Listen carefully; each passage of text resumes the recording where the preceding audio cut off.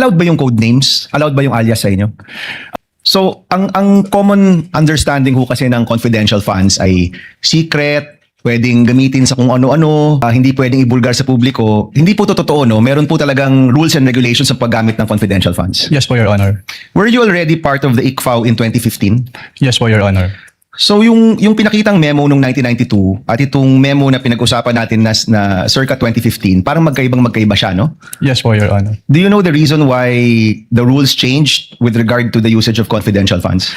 Since yung paggamit po ng confidential fund at intelligence fund ay kailangan ng strict accounting and auditing rules. So nagkaroon po ng circular para ma-ensure na yung paggamit po ay properly accounted at hindi po magamit for personal use or misuse. Yan yung laman ng memo. Pero ang tanong ko, do you know why it was changed? Kasi parang lumalabas magkaiba yung paggamit nito. If you look at the 1992 circular, iba sa 2015. Doon po kasi sa yung circular ng 1999, walang differentiation as to the CIF po. Pero doon sa 2015-01 kasi doon na in-specify na dapat yung confidential fund ay gagamitin lang sa ganito for civilian government agencies. Yung intelligence fund ay gagamitin lang ng uniform and military personnel as well as yung mga intelligence practitioners. So, kumbaga nilinaw nung 2015 circular yung paggamit at pag-liquidate. Yes po, Your Honor. And is there a new circular after 2015 or ito pa rin yung ginagamit ninyo? Yan pa rin po yung ginagamit, Your Honor. Okay, second question. Ano ang pinagkaiba ng AR sa OR? Ang OR po kasi, ini-issue po siya ng mga pinagbilhan na BIR registered.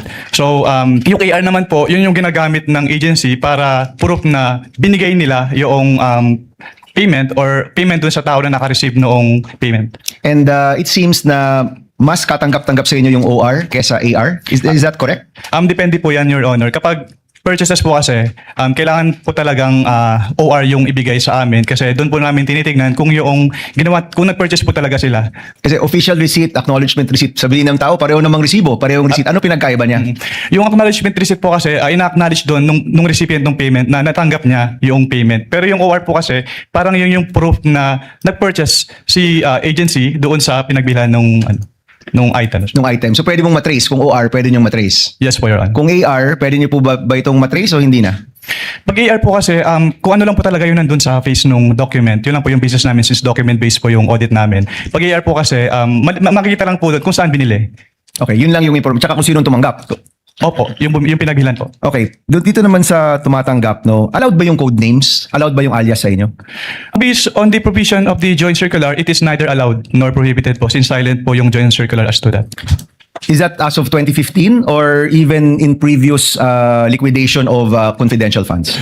So, wala. Based on my recollection po, even yung dating circulars po, buhat nung nag-assume po ako sa ICFA, wala naman pong provision as to the use of aliases. So bawal ang paggamit ng alias. The circular is silent po. Okay. Para sa inyo, kung paggamit ng alias ay bawal, so hindi importante kung may ibang tao ito, totoong tao ba to, basta yung pangalan na binigay sa inyo, ang expectation nyo, totoong tao yan.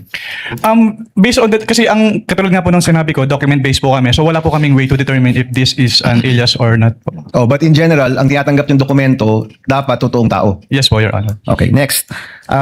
Did you have napag-usapan nyo kahapon yung dealings nyo with OVP nung lumabas na or malapit nang lumabas yung AOM? Previous to that, meron ka bang dealings with OVP? Wala na po, Your Honor. So walang kumausap sa inyo, walang nagtanong kung paano to dapat i-liquidate apart from the meeting which included Attorney Poa? Wala na po maalala, Your Honor. Last question lang, Mr. Presiding Officer. Please wind up. Yung notice, yung AOM, ibig sabihin yan, may chance pa kayong i-correct, di ba? Yes po, Your Honor. Pag notice of disallowance na, may chance pa ba yung i-correct o naniningil na? Actually, the moment that we issue notice of disallowance, ni-require na po yung accountable officers to restitute po yung amount. And to your knowledge, is there a notice of disallowance for the OVP and DepEd funds? Wala po akong personal knowledge, pero nakita ko po sa news po, so I was made aware na may end din na po yung OVP 2022. So may notice of disallowance na ang OVP for the 500 million pesos. For 125 million pesos po for the fourth quarter of 2022. So sinisingil na yan kay Vice President Duterte. Yes po, Your Honor. Okay, thank you, Mr. President. Thank you.